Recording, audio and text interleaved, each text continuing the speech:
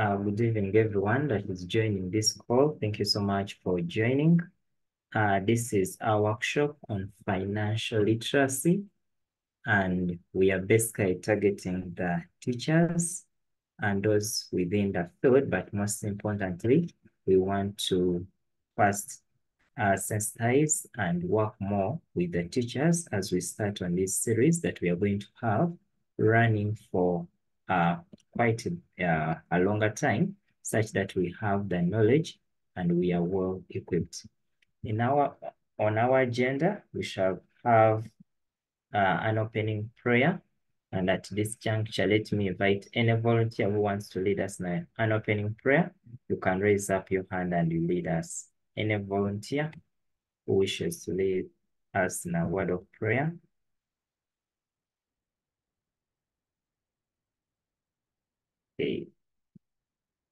Okay. Dear Lord, we thank you for the gift of life. We thank you for bringing us together. We ask you for the gift of wisdom, that as we are starting this meeting, you may enable us to understand, but also to be able to put into practice all what we are going to learn through this session. We pray for our friends who are still joining us, that you may enable them have a stable network to be able to join us, but also to enable us that our networks are stable, such that we can be able to listen in to everything that Mr. Dr. Emmanuel will be able to share throughout this session. We make this through Christ our Lord. Amen. So we shall have, I don't know whether Mr. Ronald has already joined, but I know he's going to join. Then after we shall bring in Dr. Emmanuel to talk about investment. Then those who may have some questions, you come in and have those questions asked, and then Doctor will be able to give us some response. And then lastly, we hope that within 1 hour, we shall have this session closed, and then we shall continue with other businesses. But what are some of the key things we want you to reflect on? One, as a teacher, as an educator, where do you want to see yourself in the next 20 years? Then the second question of reflection is that besides the classroom, what additional responsibilities are you currently managing in your teaching role? Then beyond the salaries, are there other avenues you are exploring to supplement the income you earn as a teacher? When it comes to your children's education as a teacher, what do you, where do you take your children? You take them to the schools where you wish them to be, or you take them to the schools you feel you can afford. Then the last thing is that without God or Allah, you may not be able to go very far. So why did we come up with this idea of having the financial literacy series or workshops? One, that in the world where we are, things are the prices of items are increasing. But when you look at the things, or when you look at the salaries that teachers are receiving, they may not be able, they are not sufficient to satisfy all the needs that the teachers are needing. But also many of our colleagues in the teaching profession, when they retire, you find that many of them were earning during their prime time, but they have nothing to show that maybe we have done this, or we had this, but yet they had all the time with them. So we thought that when you have this information got early, you may be in position to go on and make an early investment that will yield much at the end of the 20 years we are talking about. So that is where we had the background, because we have seen many teachers retire, but you ask them when they have nothing, and you find that now they're really forced, that even at times they just get for them some positions such that they can be able to get something. So this session is going to be an eye-opener to all of us. There is a lot that we are going to learn, and that we are going to be learning this session will enable us to become good investors within the education system, but also outside the education system. So with us, Our person who is our facilitator is none other than Lion Dr. Emmanuel Kisami. Dr. Kisami is a Lion Club International District Executive Officer, is also a spiritual leader, is a counselor, is a business consultant, and most importantly, is also a health professional. At the moment, Doctor is based in America. So where you see him now, I think he's not in Uganda, and allow me to say you are most welcome, Doctor, and good morning. So Doctor, I'm going to ask you to unmute, and then we can kick off the session. Okay. Is it okay? Yes. Can you hear me? Yes, we can hear you. Okay.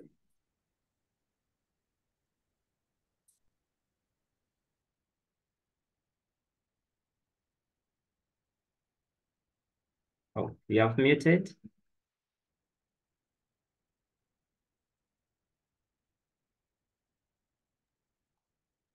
Is that okay? You're okay. Yeah, thank you. Do you want me to continue now? Yes, you can first introduce yourself before we dive into it. Yeah, thank you very much, Teacher Stephen. And I would like to thank God for this opportunity to share the little that I have with you and with the audience. And then I would also like to thank you for recognizing me. There is some, we call it stone or brick that I can provide to enhance the welfare and the future of our wonderful gallant educators. Thank you for inviting me. Okay. So let me share the screen.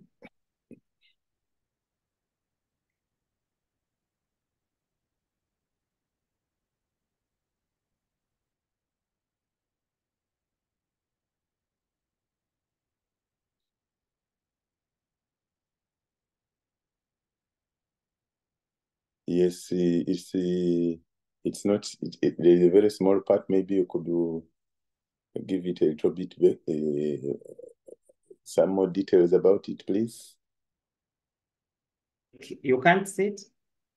I can see it, but okay, let me go with that one. Like you've introduced me, I'm Emmanuel Kisame, and I'm in the field of medicine, physician, and but there are certain things that are associated with me. Like you said, I'm a Lion, member of the Lions Club International, biggest service organization in the world of humanity. I'm also a God-fearing person, and I'm an elder and a counselor in my church.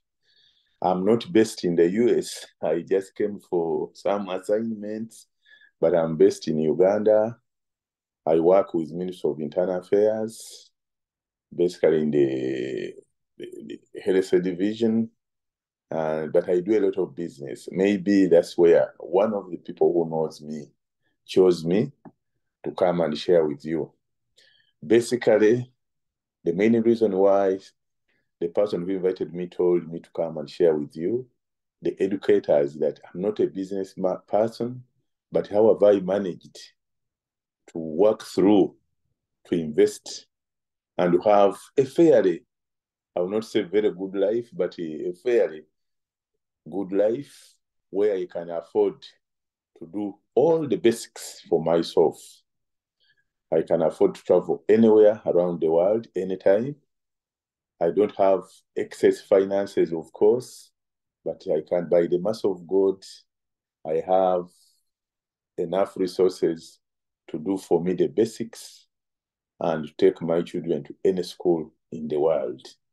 And that's the basis for which I'm going to share with you very little knowledge. I'm not a business qualified business person. I didn't study business management, but background for why I'm here to share with the educators is even in that field where you are, you can do certain things and enhance your education, and you make your future a bright one. And the topic, like you see on the screen, we are going to talk about investing basics for educators. Thank you very much. And that one is going to be our introduction. The first slide is that money has its rules. Money is a game and it has its rules. Once you don't follow them, you are not, there is no way you cannot make any miracle out of it. It has its rules. If you don't respect them, if you don't respect money, then there is no miracle that you can make with it. You have seen examples in Uganda, people come with large sums of money, and they spoiled. We had Brian White, we had so many people. I will not want to mention the names, but they come and they give a lot of money around, throw money around. That's not how we treat money. But basically, in the long run, you will find things happening in the wrong way. We have also we are going to talk about stepping out of your comfort and taking risks in a crucial way to build up a successful and a healthy living. We also going to talk about briefly to know that time is one of the biggest ones. I'm talking about educators. I'm sure you know all these things, but I'm just highlighting them and just tickling a few points which I think will help you to come out of your comfort zone. Time is the biggest resource that we have in this world. Once you lose time, it is not replaceable. Of course, we deceive ourselves and say, no, this thing I will not do it today, I will do it tomorrow. But once it is supposed to be done today, you don't utilize it, then that one is gone forever. So we are going to talk about the importance of time and how we can use it so that we effectively save resources for our good health, the energy, and also make money in a smart way.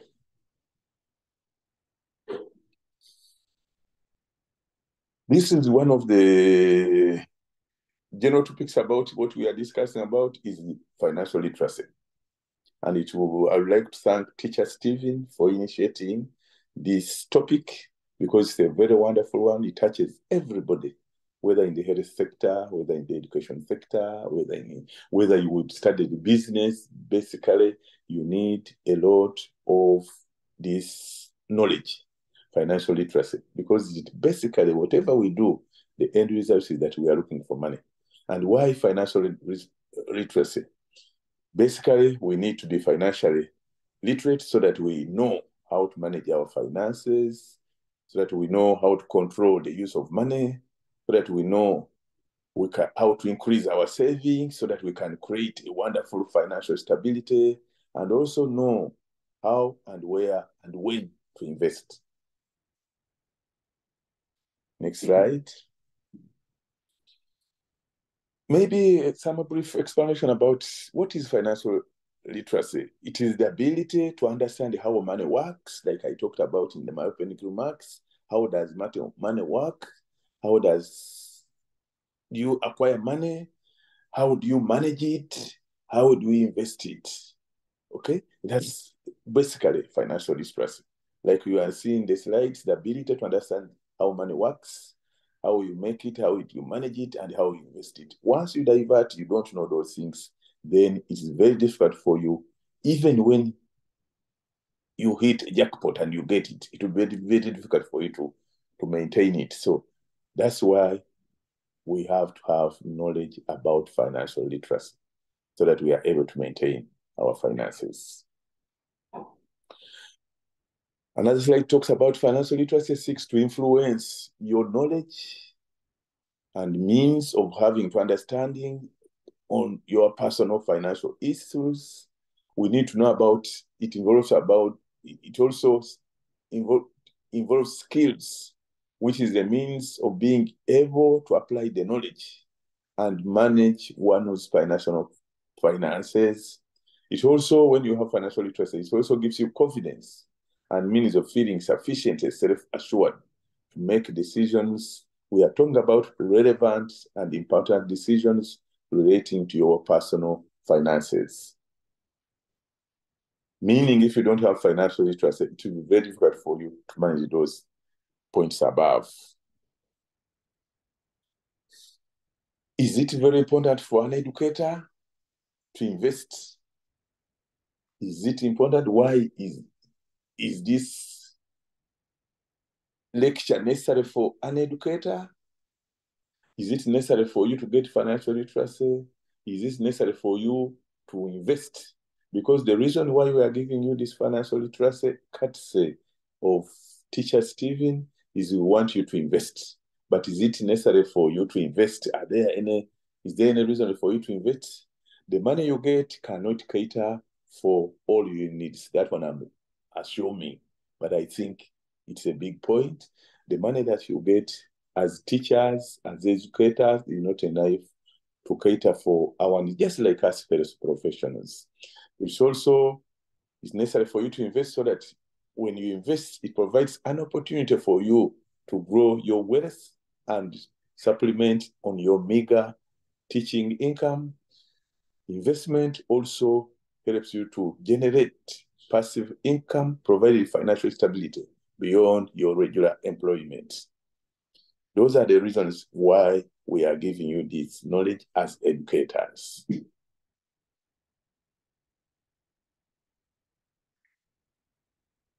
Is there a money problem in the country? Is there a money problem in the world? I think all of us will say yes. And why is it there? I managed to generate these few points for you. We lack knowledge on how to manage our money and finances. And if we have money, we simply spend it more often before we think. I mean, like I've told you, as far as finances are concerned, it is very easy to get money. And most people, at any one time, God gives us the opportunity to get the money. Even the little resources that we get, like for us, for you as educators, those little resources, when you handle them very well, you can be able to lead a very wonderful future. But why is there a problem? The problem is because we lack knowledge on how to manage our money and finances. And if we have the money, we simply spend it anyhow and more often. And we don't think about how we are spending. Basically, we fail to know the difference between the needs and the wants. And the other thing also, even when we would want to do those things, we don't know where to invest. You might have the knowledge on how to spend, but if you don't know the areas of investment, then you might not be able to invest, and hence you have a money problem. Next slide, please. We thought about some of the tips that we can give you as educators so that we empower you, or we empower you as an individual so that you can be able to manage money and also have investment opportunities. We give you areas of investment which can help you as an individual so that it correlates later into a good future where you can be able to cater for the basic needs of your family. You take your children to any school that you want. You go anywhere for a holiday that you want. And these are some of the tips to empower you. Identify which are the needs and wants. You have to know as a person, what is the difference between the needs and wants? As educators, I would expect you to know this one. I think you can differentiate. Needs are things that you cannot do without. Wants are things that you want, but basically, even if you don't have them, you can do without them. Like education. Education is a need. I mean, you can't do without education. But changing clothes every month you change your wardrobe. I mean, it's a very good thing. Everybody would want it, but is it very necessary? So that one becomes a want. Food can be a want, but it can also be a need. It's a need, but it can also be a want. It becomes a need because everybody has to eat, but it becomes a want in case you want to eat meat, chicken every day. Then it means you have diluted it from being a need to a want. Wants are things that you can do without. They are needed by your body, but you can do without them. But needs are those ones that are very necessary. So we empowering you so that you can be able to identify those things.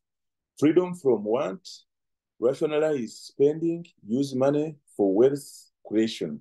We encouraging you, use money for wealth creation. Those are the priorities, that where you put money.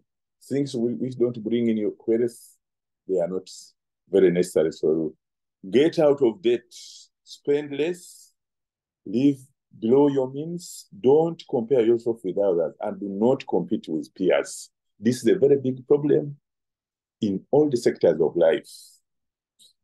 You cannot afford something, but because your neighbor, your peer, your friend, and this one is very common with ladies, although even as men, it is there. But they would want, my friend's husband bought her a Kaundo. He bought for her this. I think he loves her very much. And then you force your husband. Sometimes when I hear you talking about so much, I might be forced to do it. But even borrow money for it. Borrow money for things that are going to multiply money. Borrow money for needs, not wants. Otherwise, once you go spend below your means, then it might not be able for you to build your wealth. Then you know the prudence use of money, know how to use money very well, and then incomes and savings and expenditure. You should not spend more than what you earn. Don't spend more than what you earn. If you are going to get a debt, if you are going to borrow, what is the loan? What is the borrowing for? Is it something which is for bringing in income, or you are borrowing money to go for a holiday? A holiday is something very good, and it refreshes. Personally, I told you I'm on holiday in the US, but I'm doing it out of my savings. I didn't borrow money to come here. If you borrow money for things like a holiday, then it becomes a want. You are wasting those. Because holiday, something very good, but it doesn't bring you money. It also want to empower you so that you cleanliness and diligence, work hard and save. You should work very hard and save. Work very hard and save. Once you empower yourself in those things, then it will be very easy for you to get money. Get loans only if they are needed, and start to expand business, acquire additional assets, and diversify investments. You should only get loans, like I've mentioned, when you are going to do diversifying your business. If you are getting a loan for things which are useless, for a Christmas holiday, for buying your children clothes, then it might not be a wise investment. It will not be a wise loan. Otherwise, getting loans is a very good thing, and world businessmen the world over live on loans. But what do the loans that they get? What is the use of the loan that you are getting? If the loan is not for investment, for multiplying your income, for planning for your future, then it's not a good loan.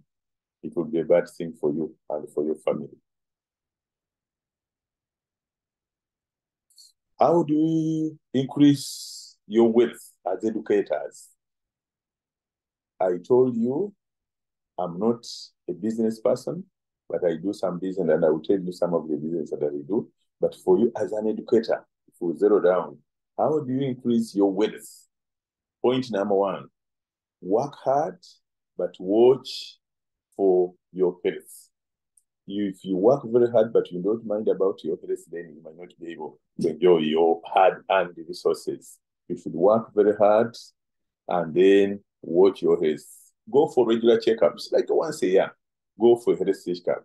Because if you are not healthy, then what we are talking about, the future, still you will not enjoy your wealth. Second point is spend less, buy only things that are necessary and are extremely needed and not wants. I've expounded on that one. It's very, very necessary. Just spend things that are needed. Needs, not on wants. Start a personal savings program and discipline money. Money saved is money earned. You should be disciplined.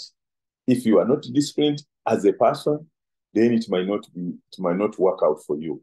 If you are not disciplined as a person, it might not work out for you. Like for me, I can share my experience. I told you I'm a Christian. I don't spend money on things which are non-Christian. For you as a Muslim, don't spend money when things which are non-Muslim. Instead, I normally listen to Muslim people when they are preaching or they are lecturing. It is basically the same like Christianity. Don't anger others. Don't steal. Don't go for adultery. Don't do this. All those things are the same. Once you move into that correct line and create that discipline, if you are married, don't do an investment when you are not shared with your wife. Your wife, you're a banker, you're a bank manager, you have more than your husband, you want to invest in something, share it with your husband, even if he doesn't have the money. It's you the breadwinner. Because for us as men, what I know is that there is some extra knowledge that God gave us, which that man whom you think doesn't have can add on to you. But share, and there's nothing that I do without sharing with my wife. We normally discuss it. And sometimes when I'm with colleagues, I discuss certain things and we discuss some business investment and it looks so good. But when I come back and share with my wife, she will come down and say, but what about this? What did you talk about? Did you find out about this one? And sometimes when we realize that is something which was going to slow me down. So it's always very good for you. Like for me, a Christian, I seek the guidance of the Holy Spirit, and then I pray about it, then I make a decision. For you, Muslim, it should be the same. For you, pagan, it should be the same with your judges. Consult them before you do those things. But basically, for us, Christians and Muslims, and maybe Seventh Day, look at your God and pray about it, and then share it with your wife. It normally happens with, especially for us men. Sometimes we look at our wives as inferiors, and yet they are the ones who are very prayerful. They make informed decisions. They normally don't. They are not excited by things very fast. When once you share with them, I can assure you, the sky will not be the limit. Acquire financing and loan to start and expand business. And for all separations, it takes money to make money. Like I've told you before, loans are not bad, but what are you getting loans for? It's for expanding your business. Very wonderful. There is no business that you can do and becomes very successful when you have not gotten loans. That's the statement I want to tell you. All big business that you do, those ones you see the Hamzi of this world, the Bills, all those people got some loans at one time. And even right now, when you go to them, you'll find that there are some loans that they are financing, but they are very disciplined. When they get the money, it's not for buying meat. Money is for using and expanding your business. And that's how you can increase your personal income. Of course, we are going to talk about some sectors exactly that you can invest in. Next slide, please. Financial goals. If you are going to do any investment, you should have a financial goal, just like another thing. If there is something that you are going to do, you would want to know, what do I want to become? Even when you are an educator, if you don't know what you want to become as in the long run, when you retire, or how you want your children to live life, it will not give you the speed and the business to do. You should have financial goals. Financial goals are translated from your personal goals. Personal goals are those issues, how you want your family to be. How do I want my family to be? Like for me, I had issues, and there is a way I wanted my family to be, and we're almost there. Okay, I cannot say we have reached there, but we are almost there. So you should have goals for your family. Those ones are the ones which will be drivers for you when you looking for money. Those are the will work at the financial goals. I mean, financial goals are savings, investments, spending targets, where for things that you hope to achieve in a particular period of time. Of course, when you are setting any goal, you educators, you know, if you are setting any goal, it should be time bound. You don't just say, I want to have a house and rentals in my life. please put there some time lag. What is the target? I want to, by 20 years in service, I should have some 20 rentals, so that even when I'm approaching 40 years, I have some rooms where I can get income. In business, we talk about business, a good business person, or a good business is a business which can run even without your personal presence. If you build a business like a retail shop, it's a very good thing. But a retail shop requires you to be there all the time. And that one will count it as a good business, but it's not some business that you will be proud about. Because if one time you are not around, that shop will fall. But businesses are those investments that you can make, which can expound even when you are tired. I'm talking about retirement. They can run and you lead a comfortable life. So financial goals, you should have those financial goals. I want to have this one. I want to be, by the time I retire at 60 years or 50 years, I should have the capacity to take my children wherever they want to go. I should have the capacity at least once in a year to go for a holiday. I should have the capacity to look after my parents. And then it works at the target. It is time bound, and then it also helps you to know which business you are going to do. Then all those targets that you meet, the financial goal, they depend on your need.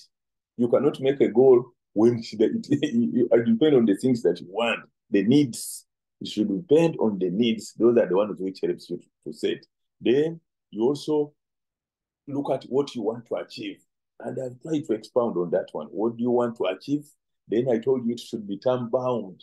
When do you want to achieve it? Because this one determines the speed at which you are going to run this business. It will determine the speed, the type of finances, the loans, because you cannot get a mortgage, or let me say fixed. You cannot go for maybe a loan and fix it for 80 years when you know our life expectancy is less than 80 years. So it should depend on what you want. It should be time bound. And before you establish any investment or any business, you should look at the resources. What are the resources required for this business? And resources, we are looking at money and then the human resource. You look at money, but once you have the money, of course, even the human resource, even if you don't know it, you can hire experienced people for that business. But those are, then when you start the business, you should continue evaluating your business. If I set up some business and it's supposed to take me for 10 years, when I should have, after 1 year, what should I have achieved? After 2 years, what should I have achieved? After 3, after 5, after 10 years, you continue evaluating time by time so that you know whether you're on track. In case you are not on track, after the evaluation, you can know, am I on the right direction? Did I invest wisely? Maybe when you evaluate, you might discover that the route that you took is not the correct route. And then you either diversify or you change the direction. But those are the financial goals depend on the needs of the individual, what you want to achieve, when do you want to achieve it, what are the resources which are required for that financial goal to be realized, and then you continue evaluating as you continue.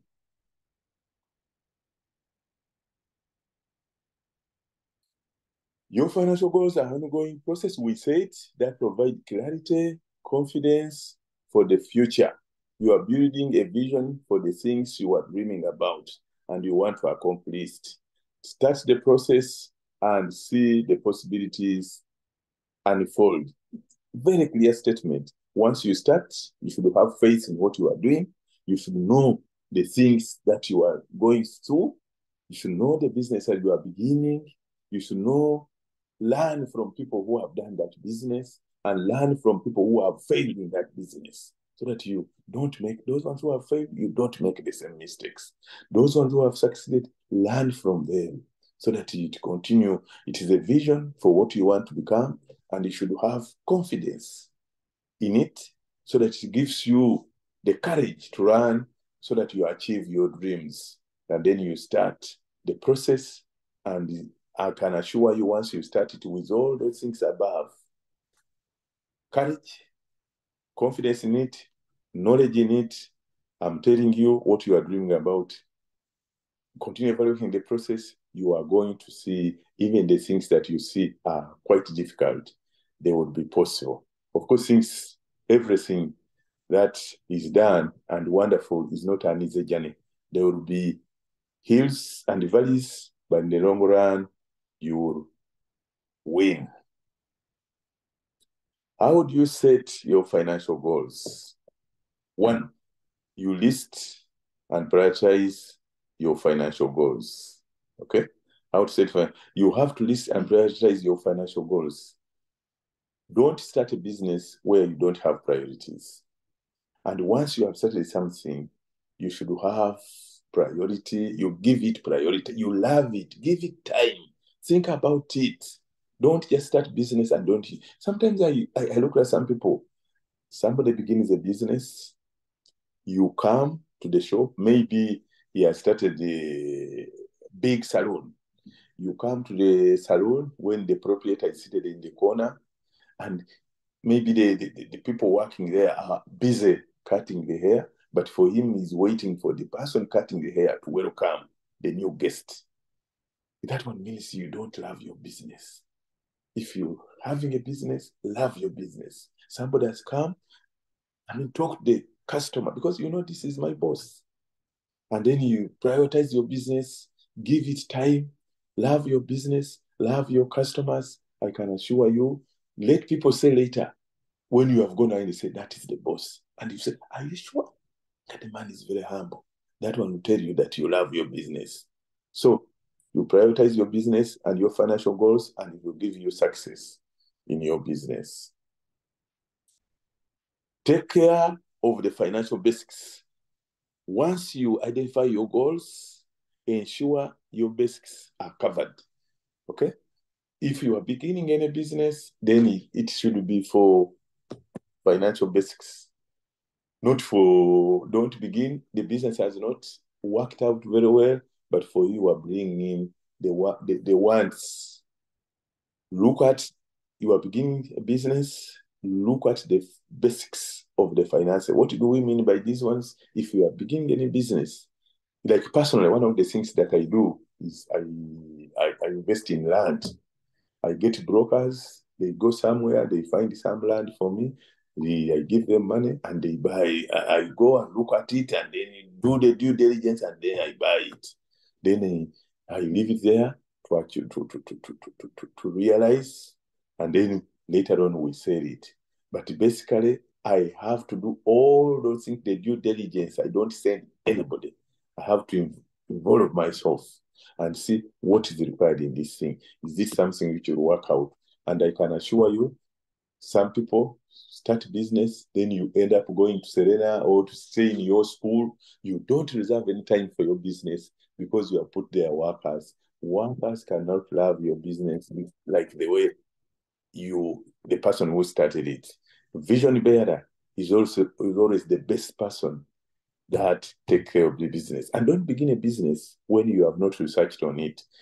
You have to know the financial basics of that business. Then connect each goal, the deeper motivation.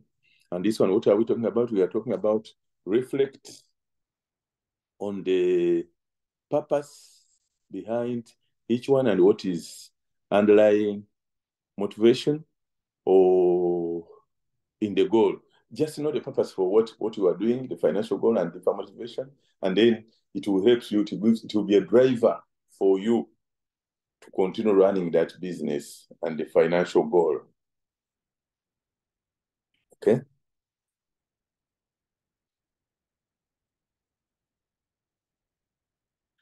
I've talked about, there are some plans I've talked about when you are beginning a business or financial plan. You have to have a plan. Once you begin and you don't have any plan for the business that you are making, it will not be easy for you. You should have a plan. For me, I've told you, I'm a Christian. I make a plan for some business and then I pray for it. What does a plan mean? It means I want to achieve this by this period. How am I going to achieve it? I'm going to do such business. Then when you say I want to do such business, research on that business. What is required to do that business? If I do this business, will it achieve my financial goal? Because I said I want to have a good family life for my children and my family after 20 years from now, when I'm a teacher. Then you start look, which type of business can give me this and make me achieve this? You think about them and then you get them. Then later on, you say, what is required for what are the logistics or the resources for this? Human resource, the financial resources. Maybe for you, the educators, one of the things that you can do, we want to do I want to be a proprietor of a school after 20 years. That would be a very good goal for you so that you don't continue being employed up to retirement. I have friends whom I finished with. For me, I went to the medical profession. For them, they went for teaching. But after some time, we normally meet regularly on social meetings. And then, when are you building your school? Then after like a short time, you see them starting a school. And I can assure you right now, as I speak, when we want money, we have to borrow from them. They are the ones who borrow us money because the school, once you have planned very well and you're a good manager, you get good teachers, you pay them very well. You don't just locate your school anywhere. You just first do some research and say, if I put my school here, which type of students am I going to get? Is it these ones who are going to come and always plead for me? They don't have money, just say, then you start a school, give the teacher good teachers. Don't bring those ones who have failed anywhere. Somebody, I have an uncle who has children, they don't have a job, let them come and teach. They will not be good teachers. And they will not bring good results. Because for us parents, we just go to a school when it has good results. Then you say, let me get the good teachers. Do I have the money? No, I have to get a loan when I'm beginning so that I pay because the teachers will not just come to help you that you are beginning your business. Let me lend you my labor. You have to pay them. Once you start paying them, don't remove the money from the school first. Just invest it back. Increase the salaries for the teachers, make the children happy, let them read good reading environment. Then they will start passing. When they start passing, I'm telling you, you cannot fail. A school project cannot fail. And I'm giving you an example of my friends. They are the ones who lend us money.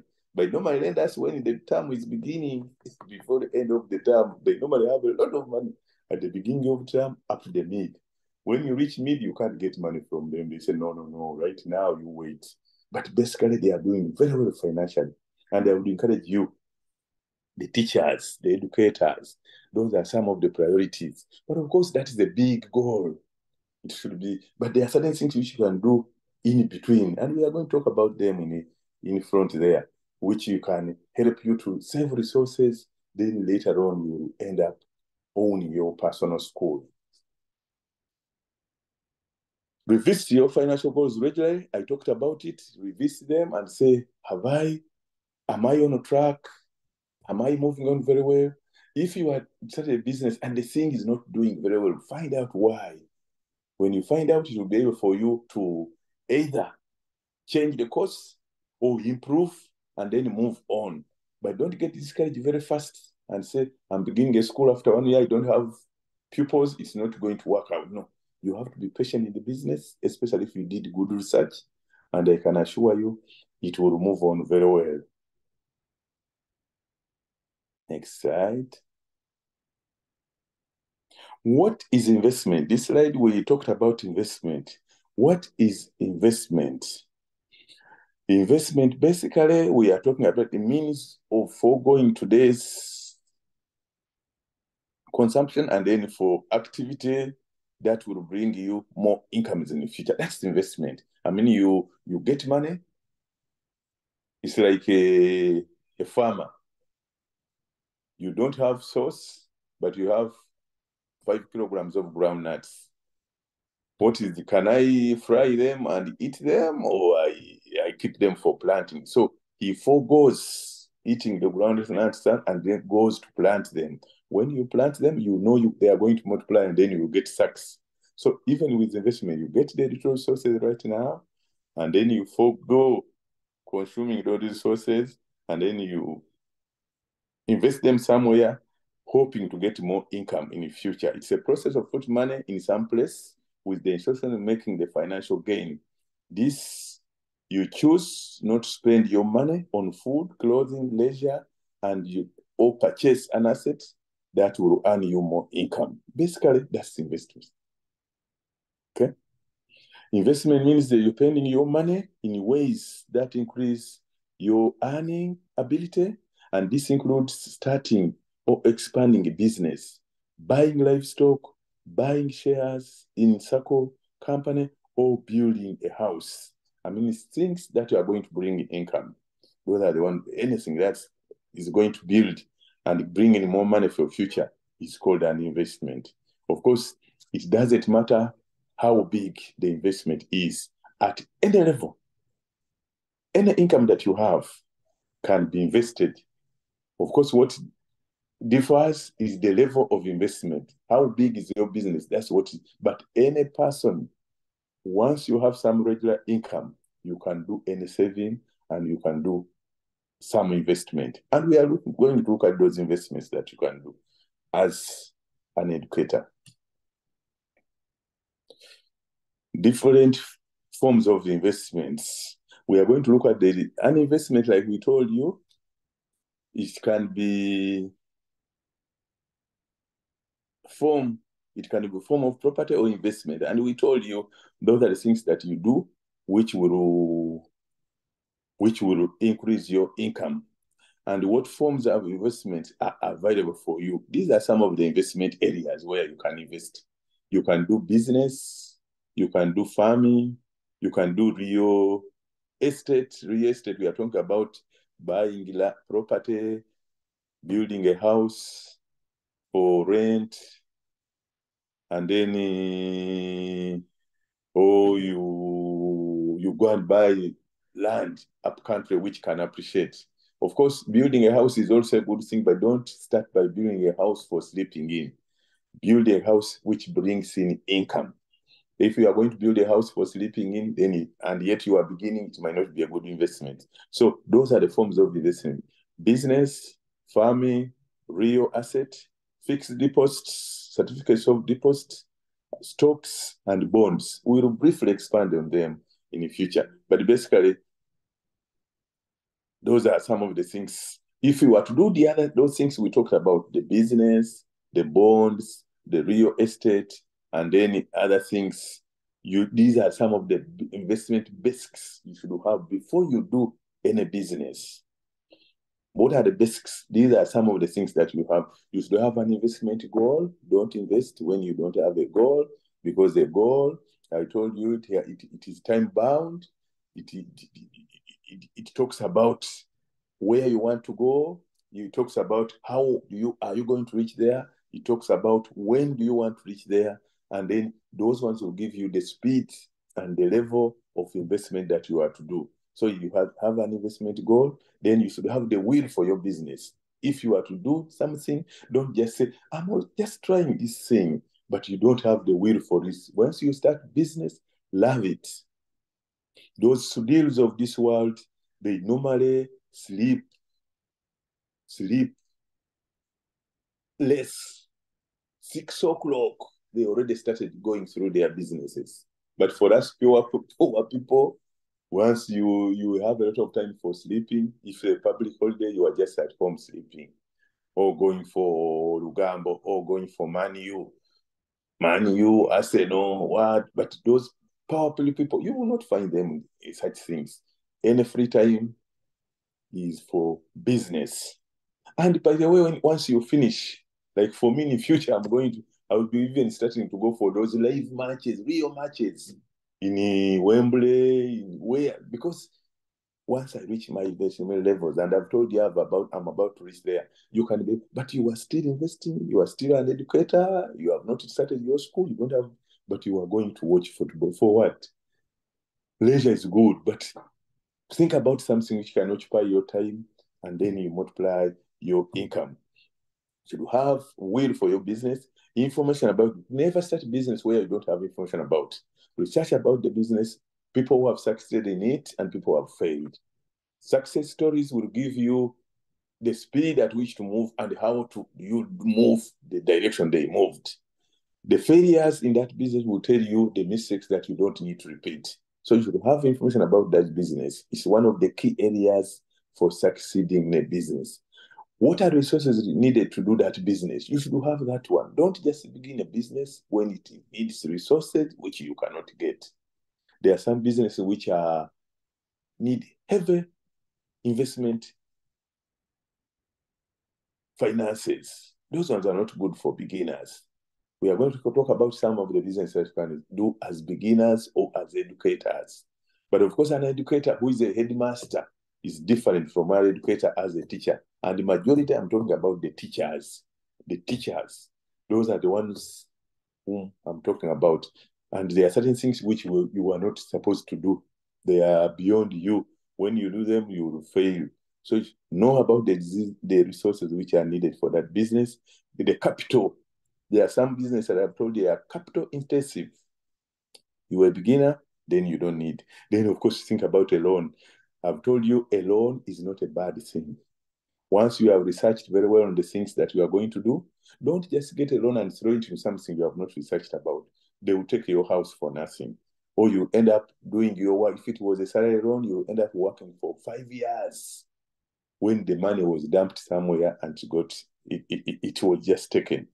Research about the business, otherwise getting a loan is a very good thing. Once where you are taking the salary loan, these days is very common. They call you every now and then. Don't just get a salary loan for that excitement. No.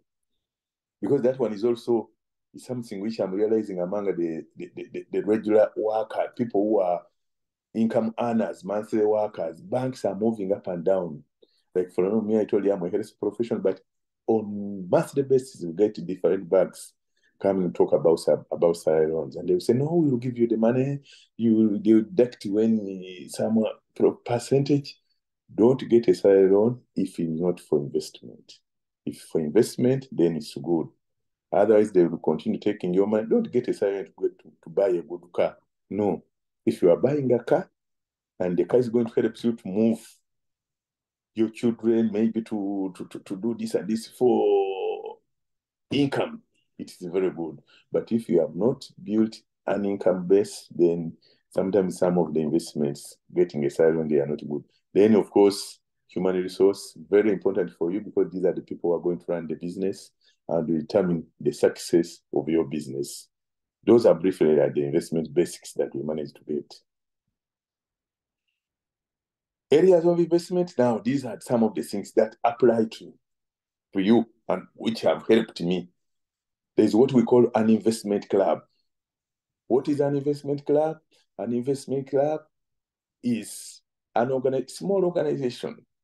You come together like 10, 20, 30 teachers, plus some other colleagues of yours. Come together, pool resources, discuss and say, how much money can we save per month? 100,000, 200,000, 500,000. Of course, if you want to achieve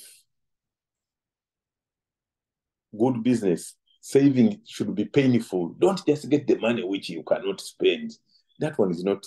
I mean, you say, when I spend the whole month, what remains is 100,000. That's what I will invest. That will not be an investment. Investment is money that you put somewhere and it pains you. And you make sure that you look after it so that it multiplies. I'm getting a salary of 2 million shillings. Then I make sure the money that I'm going to invest is going to be half of that money. That would be painful. Then for me, transport, children, what will fall in the other half?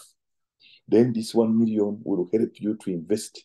You come together as a group, put some small bylaws, pull that money together, then you think about a business that you are going to do together. You have pulled down resources, maybe 1 million every person, or 500,000 or 200,000, and you are 30, put them together, then you go and buy a plot of land in a good area. Okay? Like for me, like I've told you, if you are buying a plot of land, then get some people who are in that business, who are reliable. Most people in that area are crooks. Get some people for me. I've done it somewhere. I have some people who have helped me, and I've done very well. I should say, buy a plot of land, it will multiply very fast. Then you again sell it. Then you buy another one. Or you say, no, let us not buy land now. Let us begin a poultry project together.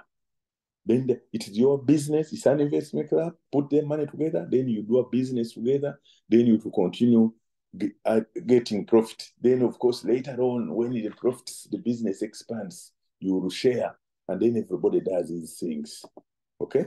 Land, poultry, piggery, or you school garden. You can even put money together and start a school together. I've also have colleagues who have done that.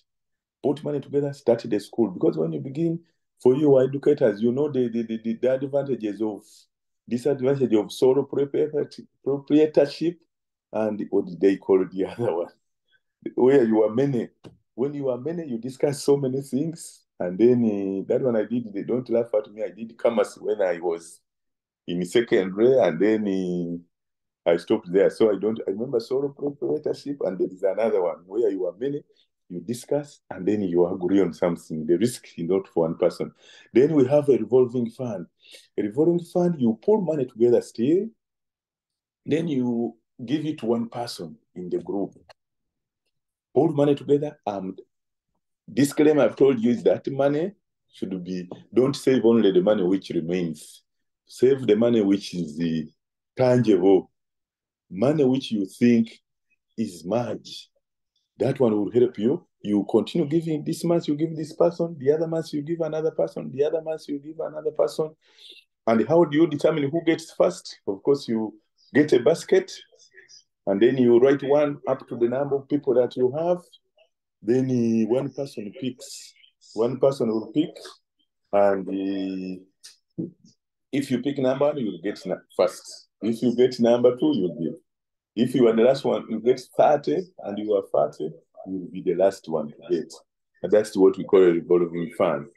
Pull money together, get all that money, and give it to one person. Then the other thing is it is given on a rotational basis. Then you can also do a circle. A circle is you pull money together still. Then you say everybody is supposed to get this amount of money, to bring this amount of money. Then money is put together. Then every person comes and borrows from that fund. It can be a member, it can be a non-member, but whoever comes and gets money brings it with an interest. Of course, it's normally a lower interest. It brings money at an interest. That one is a circle. Pull money together, then money is lent out at some interest. And all those three things are manageable by any class of people in the education sector. Then the other thing also you can do is the insurance. And I will request Teacher Stephen I can get for you an insurance consultant. He comes and talks to the educators. There are so many insurance schemes these days which can help you. Get teachers, then educators, then you come together, then you look at your children and say, at what time, when do I think my children require a lot of school fees which I don't have? Then you go, they call EduSave. You go and they tell you some money you should start saving, and then they educate your children at that level. Then they also some life insurance is also there. They check you and then they give you a life insurance. Life insurance basically is also some good investments. And those are things sometimes you do when you reach some time and you don't want, you just go and stop them. Then they also fix deposits. You get some little money, take them to the banks. Tell them I want to put this money here for 5 years. Then they calculate for you the interest. And you tell them, I don't want to take it completely. Then it stays there. And then you say, I want also to be increasing it by this amount every month or every year. and then they tell you the interest is will gain. That one, the interest is little, but assured. It doesn't have a risk of the money getting lost. It's also a very good thing that can help you. Those are some of the investment areas. Four rules for being financially literate. Don't invest in what you don't understand. 2, debt is a very powerful weapon, but it's also a deadly weapon. It can help you to expand your business and become okay, but it's also a very deadly weapon. It can finish you off. It depends on how you use it. Then we are also telling you, think rich. Once you think rich and you say, I want to be like this, I want to be, and believe in it, I'm telling you, it will give you opportunities for you to think big, and then it will serve you. Then you develop some skill of doing business, and then it will help you to do something which will help you to expand your business. My pillars. These are some of my pillars, the things which have helped me to develop and to reach where I am. And I told you I'm a Christian, a God-fearing person. There's nothing that I do without sharing with my God and seeking guidance in whatever I'm going to do. And whichever business that I start, I pray for it, and I can assure you it has worked for me. If you're a Muslim, do that. When you are God-fearing, you want to even help others. The small resources that you have, I've told you, I'm in the Lions Club. Lions Club is a big service organization which helps the needy. And in so doing, it helps. And it is easy for me to join the Lions Club because I'm a Christian, because both things encourage you to look after the needy. And I can assure you, you don't do funny things. It is all about integrity, and it can help you. Family sharing, I talk about my experience. There is nothing that I do when my family doesn't know. Particularly my wife, she should know whatever I'm doing. She prays for me, and we share a lot, we discuss a lot, and it has helped me to not to misfire in many things. Then budget, if you have a budget for your family spending, don't spend more than what you earn, or don't spend 3/4 of what you earn on just spending at home. No, part of it, the biggest part, should be for investment. Then you should have financial discipline. Financial discipline is you assume that it's something you are supposed to do for your money. Not that your money, nobody touches you, but once you have financial discipline, it helps you to do certain things. Even if it is very good to help relatives, but sometimes when you don't have the money and the money is targeted for something, then you cannot spend it. I have a sister. Recently, I told you I'm not in the country right now, so I had some money. I wanted to do something. So I called her, and she said she doesn't have. And later on, she told me, the money she had, it was for the loan that she's servicing and some commitment she has somewhere. And said she can't touch it. That's what we call financial discipline. Okay. Then judge. I told you to judge the wants and needs, and then maintaining your hard-earned savings. When you get some savings, please fight to maintain them. Don't spend them anyhow. It will help you run resources very well.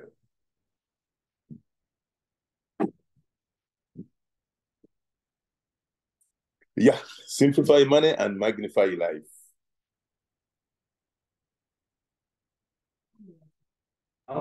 Thank you very much, Dr. Emma, for the wonderful presentation that you have taken us through. We are really very grateful, and I'm very sure that all the educators who are on the call, there is something you have picked, however small it may be, but I'm very sure you have learned something from what Dr. Emma has shared with us. Next on our agenda, it is a session for questions. So in case you have any burning question, there is something you'd wish to learn from him, this is the time. You can raise up your hand for you to ask that question. In case there is any question you feel you need him to answer, then it is okay. You can ask now. Feel free to raise your hand and then ask. But when I look, you can as well use the chat to ask. There is a question that came in the chat. How do you get legged land? Because it usually ends in tears. Good enough Carl was able to answer, but also you can throw some light for the people who cannot be able to read what is in the chat. Thank you very much, Teacher Stephen. How do you get, I think he meant legitimate, I mean, there is a lot of Vichupuli land, I mean, buying land which is not legitimate. Basically, there's what we call due diligence. Due diligence, if you are going to buy any land from anywhere, first of all, after you have got it, please do enough research on it. Somebody has showed you a plot of land, you sit, you like the place. When you go back alone, talk to the neighbors. They want to sell me this land. Are you aware about it?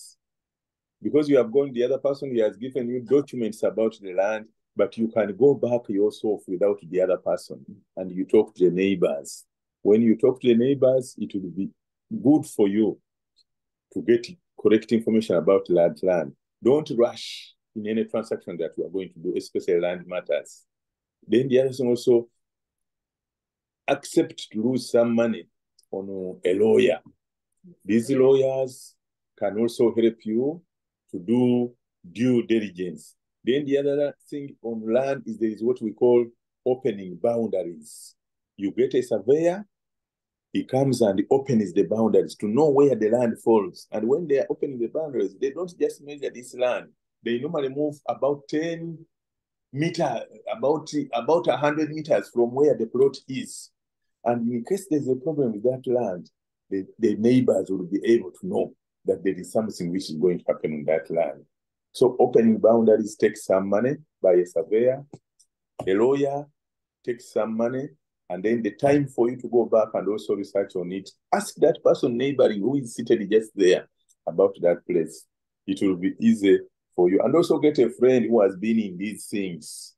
He can also help you to know whether that place is legitimate or not. Okay. Thank you so much, Doctor. Another one, Jovan is saying, you discouraged people from starting a retail business because it requires you to be present. What's wrong with that? Thank you very much. Thank you very much. That's a very wonderful question. I didn't discourage people from starting a retail business. What I said, in case you don't have time completely to check on the retail business, it will not be a very good business for you. There is a difference between here in the US and in Uganda. In outside countries, when you begin a business and put their workers, they are very genuine and they want to fulfill the purpose for why they employ. For us, the society in Uganda is very different. If you are not checking there, then it might not be, you might not succeed. But the other point why I mentioned that one is I was talking about business, which I would encourage you to do. In the beginning, a retail shop is very good, but don't do the retail shop and know you have succeeded when you have not done business which doesn't require you to be there. There are some business you can do when you don't involve yourself and the business runs. Those are the best business, especially when you are retiring. But in the beginning, the retail shop is very good. Don't leave it to workers. Check on them regularly. That's when you can get money out of it. But it's a good business also. Okay. Thank you for the response. Another one is saying, as a teacher, balancing the expected curricular and co-curricular activities at school at the same time, giving quality supervisory time is a challenge to me. Some advice, Doctor. I need to remain in good books with my supervisors. Yeah, that's very true. Then that one means it will determine the type of business that you open up.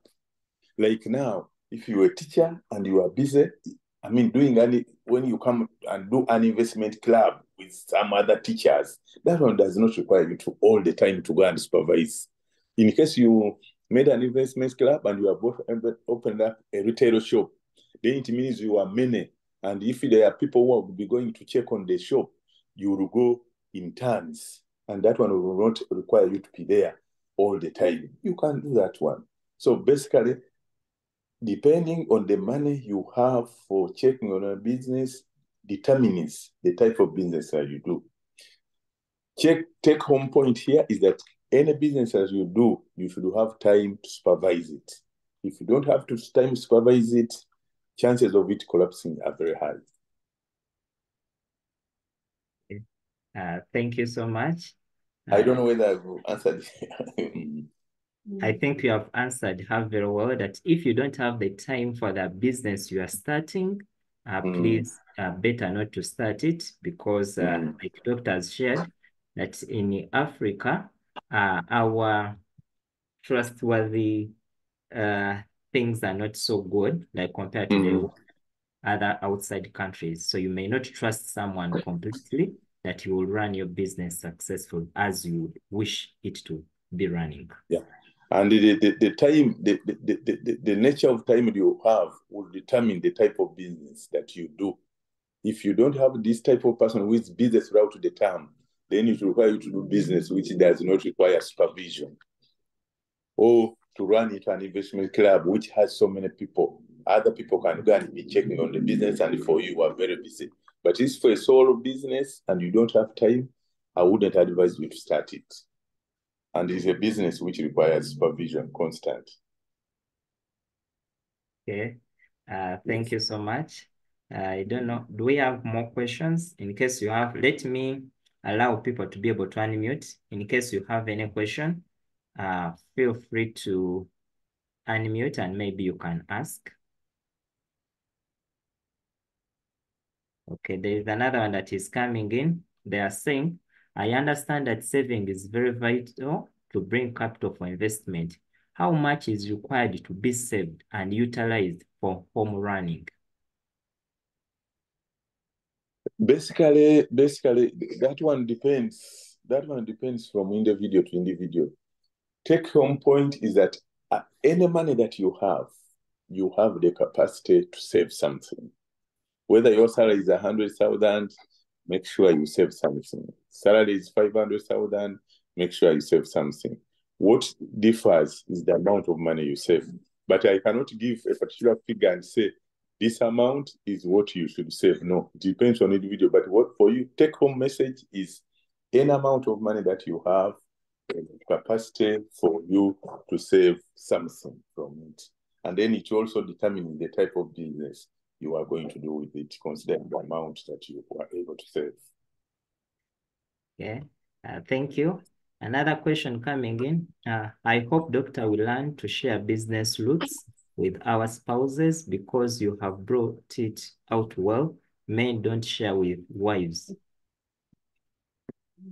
Yeah, thank you very much. That's a very big point. It is these ladies that we have very wonderful. In Uganda, they said, they are not easy for you to drive them into these quick businesses.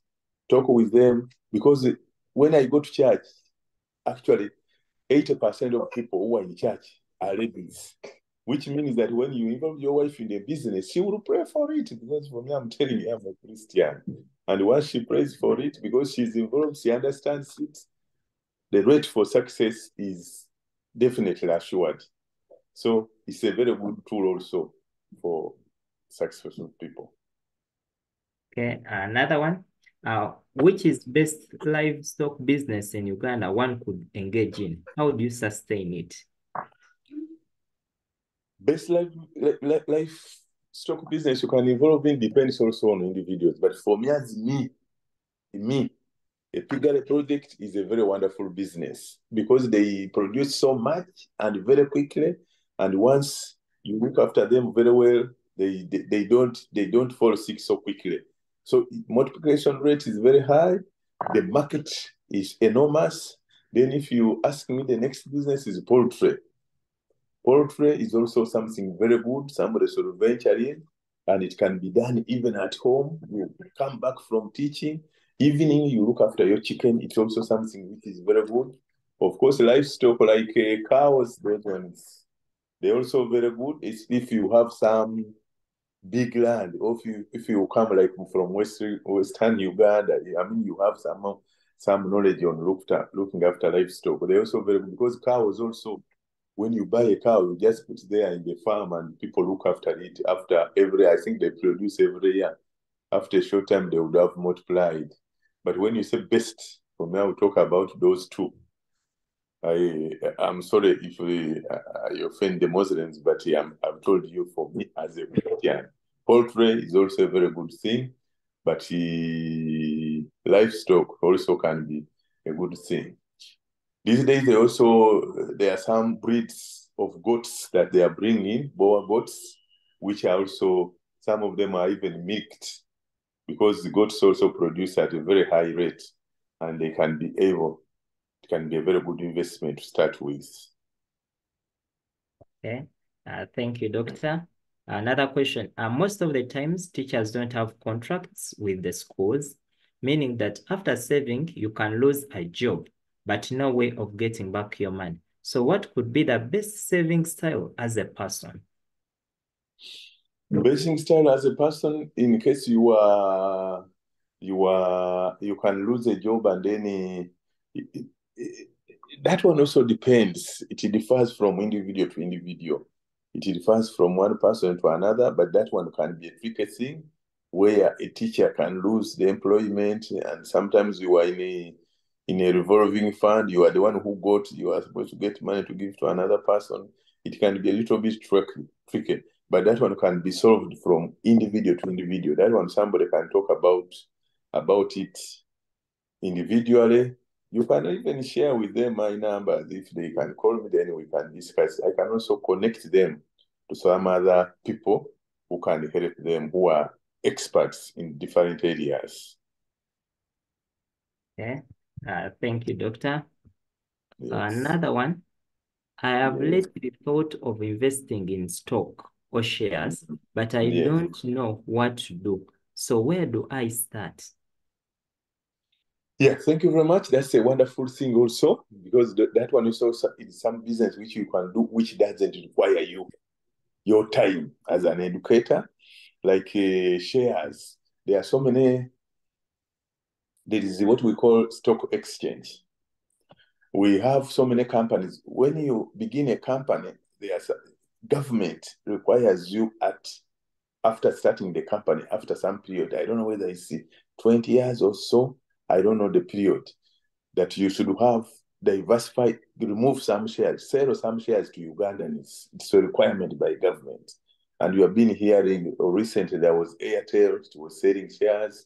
Some time back it was the MTN, Umeme, those things. Once you buy shares from them, you just go to those companies, and then you ask them, they give you the details. But buying shares is also a very good thing, because you just buy shares and then the company continues running. At every end of year, they call you for an annual general meeting, and they tell you the profits that the company made. Then according to the money that you put there, you will get some profits. So the more the more shares that you have in a company, the more profits that you will have. But there are so many areas where you can buy shares from. It's also a very good investment. It doesn't require any time. Okay. Thank you, Doctor. Okay. The saving process is not simple. Trustworthy is key, especially for investment clubs, cash rounds. Okay. How can you acquire a loan if you are at zero? Guide us, Doctor. Loans, if you are working somewhere, like a teacher somewhere, and you have salary, there's what we call a salary loan. That one we can get from anywhere. If you are at zero and you don't have anything, unfortunately, you might not, there is nobody who will lend you money. It's not easy. It will not be easy for you. You have to somehow either go and get a parent or somewhere there to get some money to begin some small business, then you get a loan. Like I've told you, there is no loan that you can get when you are not doing anything. It is not viable. I wouldn't advise you. It requires you to begin some business, then you got a loan to expand on the business. But if you are at zero, then it might be difficult for you to get a loan. Because even when you get the loan would be used for beginning and buy maybe infrastructure. It's like when you are building a house for rent and then you go and get a loan. What you might build, then as you roof, the money gets fees. And for the bank, it will start demanding their monthly income. So if you are building houses for rent, get some money from somewhere, build them, roof them, like you are at finishing level, get the money alone. They finish, then they start bringing in the money. So for a beginner, sometimes the loan is not advisable. Find a way of getting some money, then you can get a loan just to expand on your business. Yeah, thank you, Doctor. I think we have exhausted all the questions, unless there is someone who has a question, a burning question. Okay, I feel we have exhausted all the questions. Allow me to thank you so much, Doctor, for taking your time in your holiday to speak to the educators in this country. We are really very grateful. Thank you very much. I want also to appreciate Mrs. Carol for the time you have put in to get for us, Doctor. Thank you so much. I want to thank all the teachers that are joining in from the different parts of the country. Thank you so much for joining, sparing your time, your evening, to come and learn more about financial literacy. Our happiness is seeing all of you happy, and you know that when you are a teacher and you are happy, you have other sources of income, then you may not depend solely onto the salaries at the end of the month, but you'll be able to survive in this world. Like doctors emphasize, depending on one thing, it is hard for you to develop. Once you depend on the salary you are getting from schools, it will take you years and years and years without you developing and fulfilling your personal needs. So that's why we want you starting this year, and let us start to invest in something. And all those that doctors shared with us, we shall be able to share with you the PowerPoint. We are going to be able to share with you our doctor's contacts, those who want to get in touch with him. I know he's going to be back in the country. I think next week he will be around. You can give him a call, and then he will be able to respond and then give the necessary advice. Okay, yeah, we are going to give you doctor's call. We are going to put them on this. I don't know, doctor, is it okay for you to read them your number? Yeah, it's okay. Yeah, it's the 0700 502 436. 0700 502 436. And Emmanuel Kisame is my name.